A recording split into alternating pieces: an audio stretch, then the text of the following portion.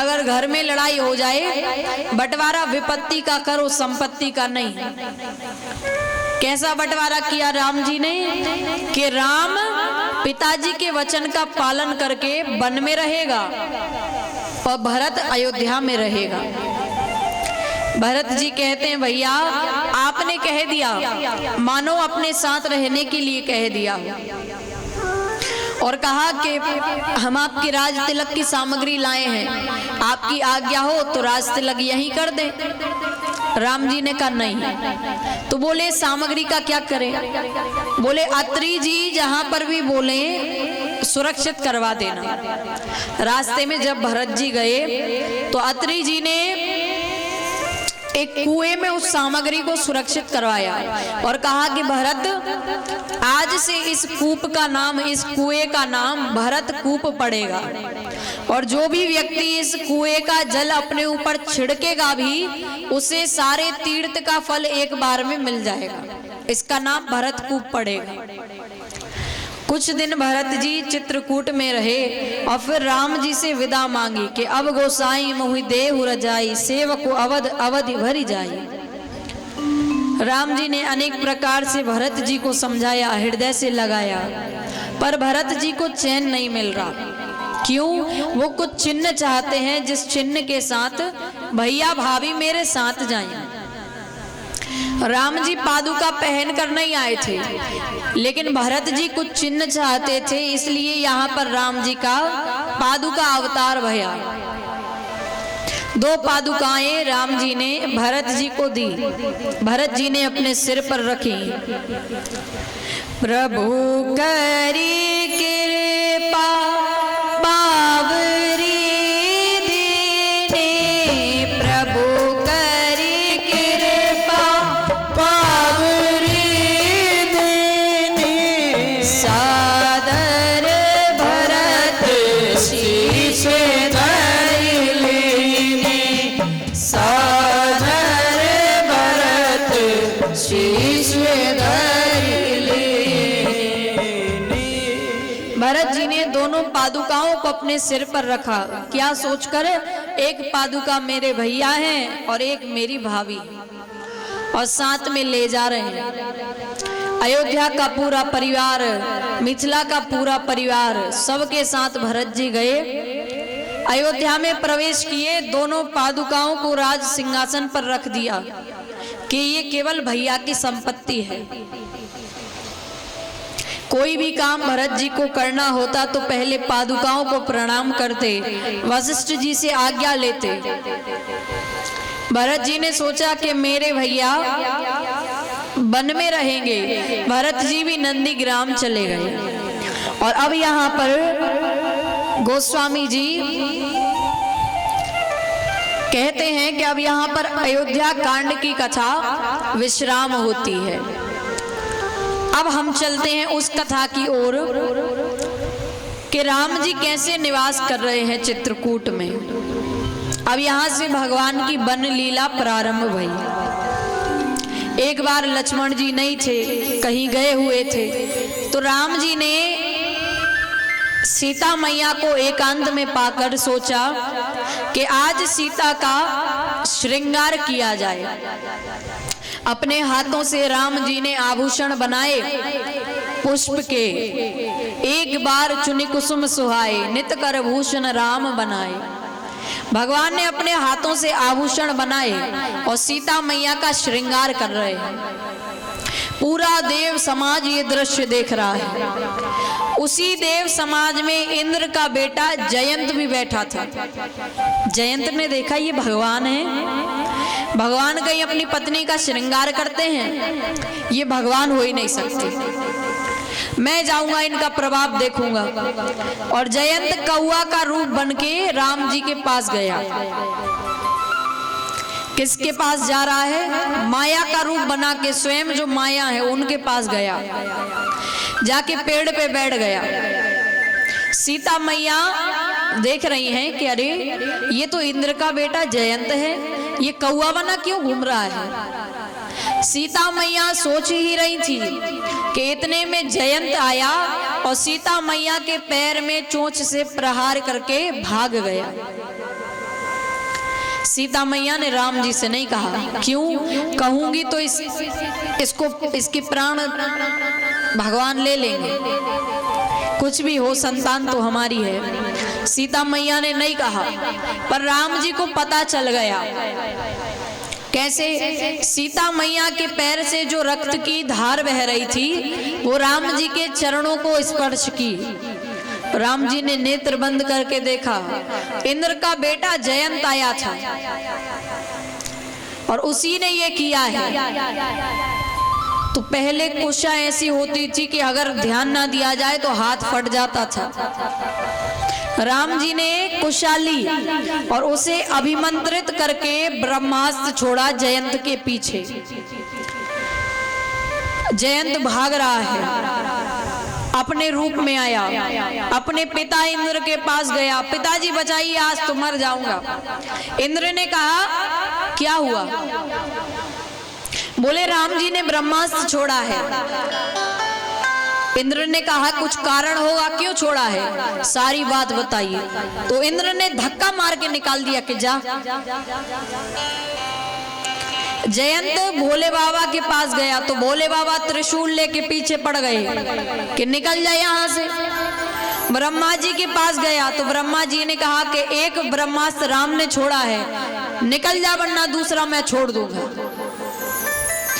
अर्थात काहू बैठन कहा न होई। जयंत 3 लोग 14 भुवन घूमा पर किसी ने जयंत को बैठने तक को नहीं कहा। क्यों नहीं कहा? राखी को सकई राम कह द्रोही। राम जी का द्रोही है, शत्रु है। किसी ने जयंत को बैठने तक को नहीं कहा। लेकिन जब बैठने को किसी ने जयंत को नहीं कहा तब एक संत की दृष्टि पड़ी। देखा विकल जयंता लागी दया कोमल चित संता। किसी ने जयंत को बैठने तक को नहीं कहा, लेकिन एक संत की दृष्टि पड़ी। कौन? नारद देखा विकल जयंता। नारद जी ने देखा जयंत को तो लागी दया कोमल चित संता। वो तो संत है, दया आ गई। जयंत से पूछा तो जयंत ने सारी बात बताई और कहा नारद जी सत्य बात है वो कि कौन अपना है कौन पराया है ये समय बताता है। आज मेरे स्वयं के पिता ने मुझे धक्का मार के निकाल दिया।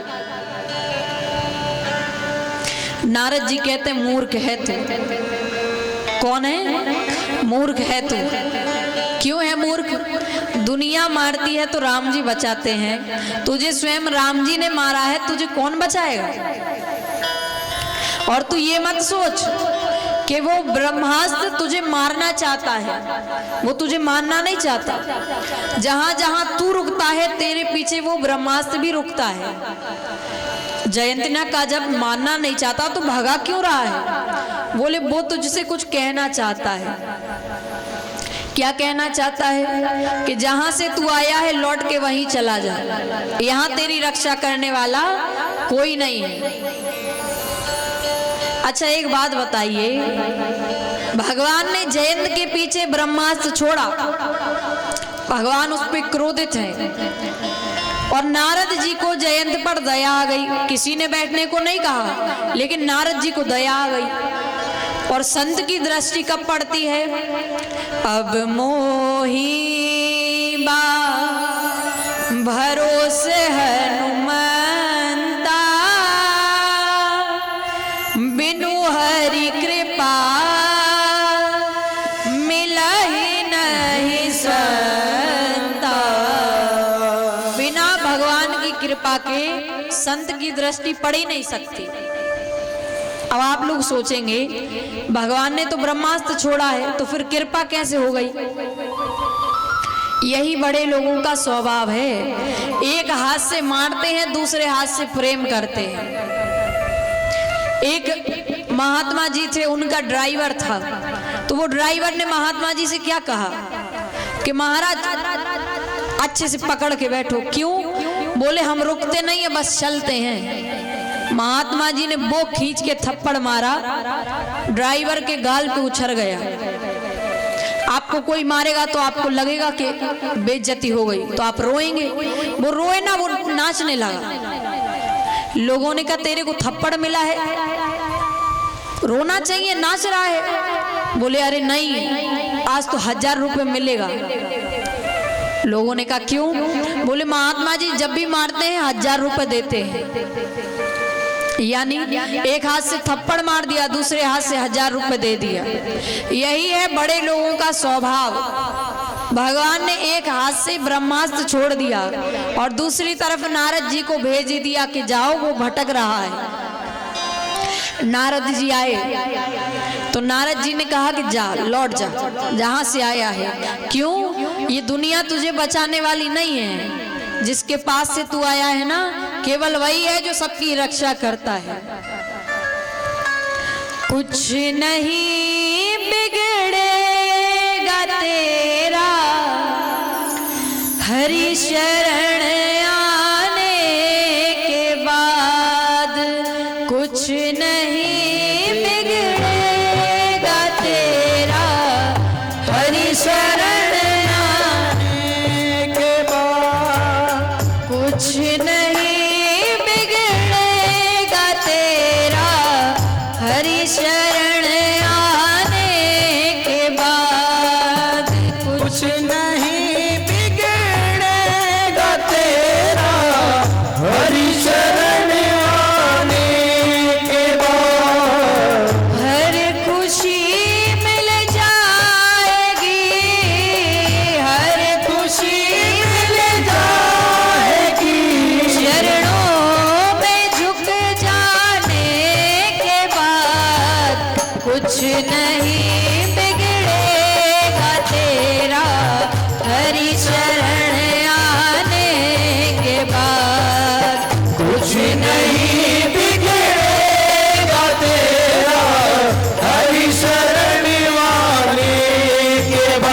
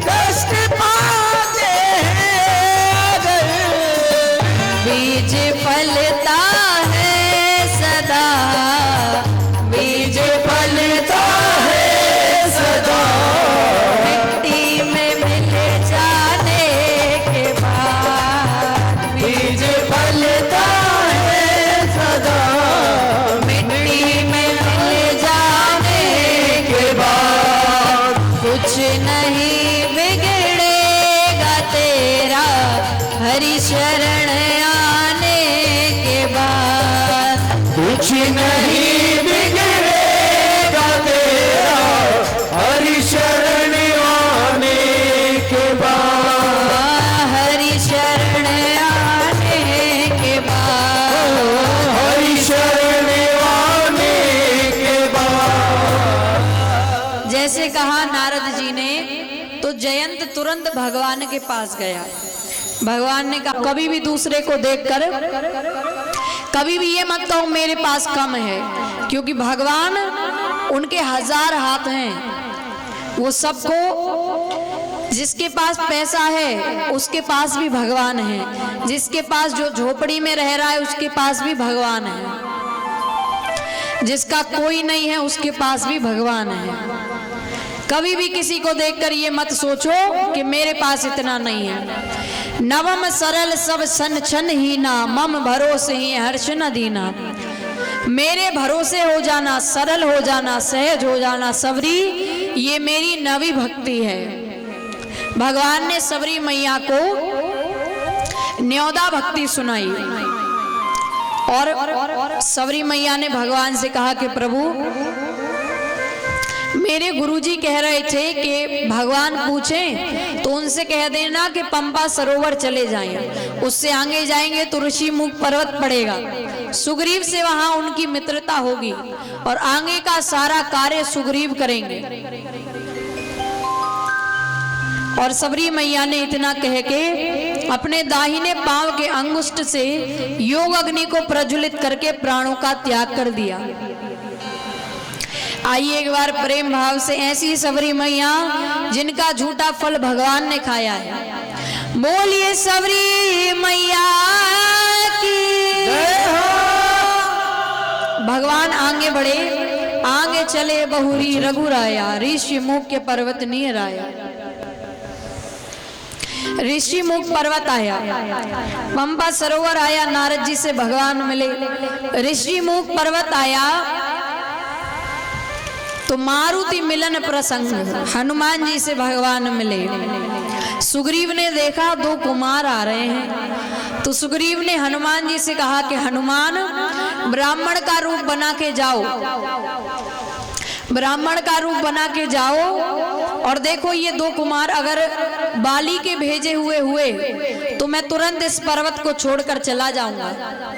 हनुमान जी ब्राह्मण का रूप बना के गए तो कहा, को तुम श्यामल गौर शरीरा, आप दोनों श्याम गौर शरीर के कौन हैं और इस कठिन भूमि कोमल पदगामी, इस कठिन भूमि पर कैसे घूम रहे हैं। राम जी ने कहा, मेरा नाम राम है, इसका नाम लक्ष्मण है, हमारे साथ मेरी पत्नी सीता भी थी, रावण उसका हरण करके ले गया, उन्हीं की खोज में हम यहाँ पर घूम रहे हैं, हमें सुग्रीव से मिलना है।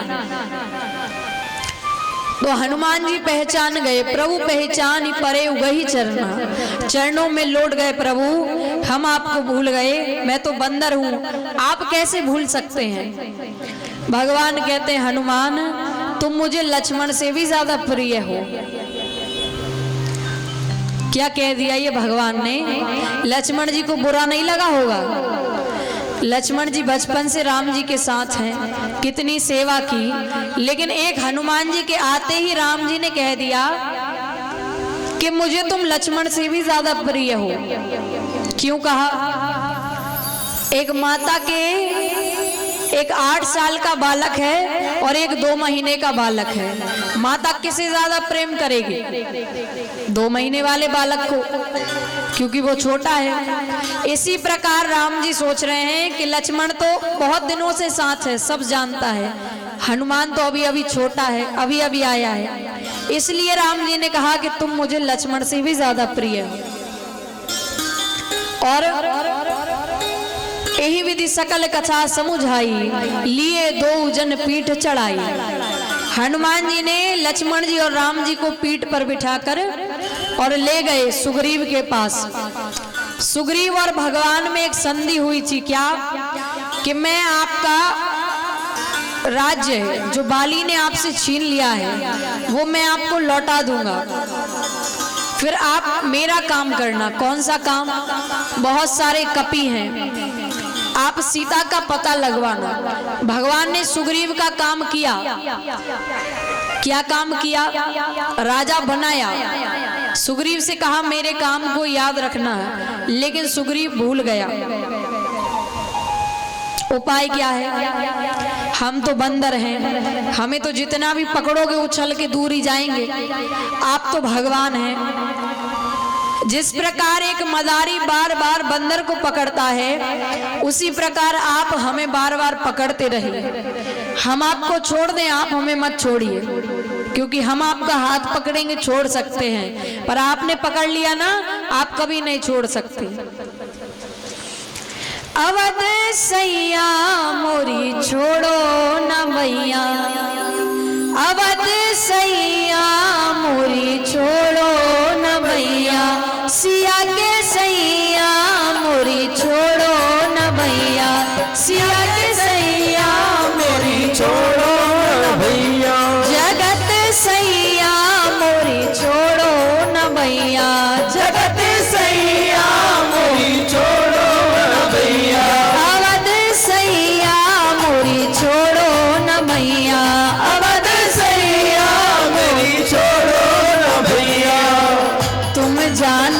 सब अवगुण मेरो, तुम जानत सब अवगुण मेरो। तुमसे नाथ छिपो नैया, मोरी छोड़ो न भैया अवध सैया, मोरी छोड़ो न भैया जगत सैया, मोरी छोड़ो न भैया अवध सैया, मोरी छोड़ो न भैया। भजन गाते टाइम देखा तो 6 बजने वाला है। अब ऐसा होता है कथा में मन लग जाए तो फिर घड़ी देखना ही नहीं है कितने बज गए। तो आइए इसी भजन पे अब कल की कथा में सुंदर कांड की कथा और राम राज्य अभिषेक हम सभी लोग श्रवण करेंगे, क्योंकि विश्राम दिवस की कथा है।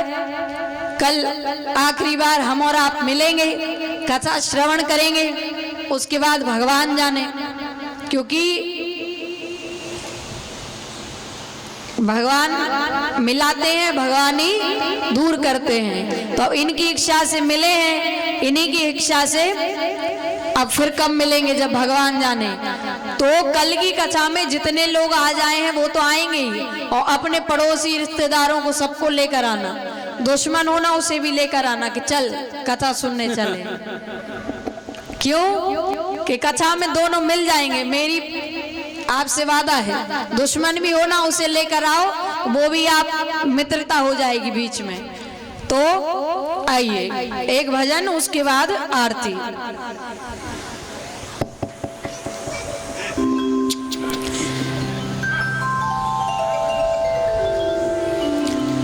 किशोरी कुछ ऐसा इंतजाम हो जाए, किशोरी कुछ ऐसा इंतजाम हो जाए, किशोरी कुछ ऐसा इंतजाम हो जाए, किशोरी कुछ ऐसा इंतजाम हो जाए, किशोरी कुछ ऐसा इंतजाम हो जाए। जुबां पे राधा राधा राधा नाम हो जाए, जुबां पे राधा राधा राधा नाम हो जाए, किशोरी कुछ ऐसा इंतजाम हो जाए, किशोरी कुछ ऐसा इंतजाम हो जाए, इंतजाम हो जाए। इसी साथ सभी के हाथ ऊपर। राधे राधे राधे राधे राधे राधे राधे राधे, श्यामा श्यामा श्यामा श्यामा श्यामा श्यामा श्यामा श्यामा, राधे राधे राधे राधे राधे राधे राधे राधे, श्यामा श्यामा श्यामा श्यामा श्यामा श्यामा